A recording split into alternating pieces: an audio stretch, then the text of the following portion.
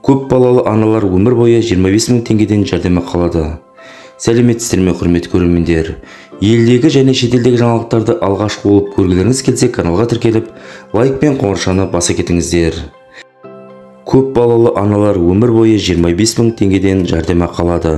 Министрлік 1 шілдеден бастап әлеуметтік кодекс аясында марапатталған аналар туралы жаңа ұғым енгізеді. Енді 7 бала тәрбиелеп өсірген аналардың жәрдемақысы 25.530 теңге болады. Бұл мәртебе көп балалы аналардың еңбегін құрметтеу және мойындау ретінде өмір бойына алтын алқа, күміс алқа, батыр ана, 1 және 2 дәрежелі ана даңқы орденімен наградталған әйелдерге беріледі. Бала тәрбиелеп өсіріп отырған аналарға төленетін жәрдемақы 1 шілдеден бастап 7,4 айлық есептік көрсеткішке тең, немесе 25.530 теңге болады, деді вице-министр Ербол Оспанов.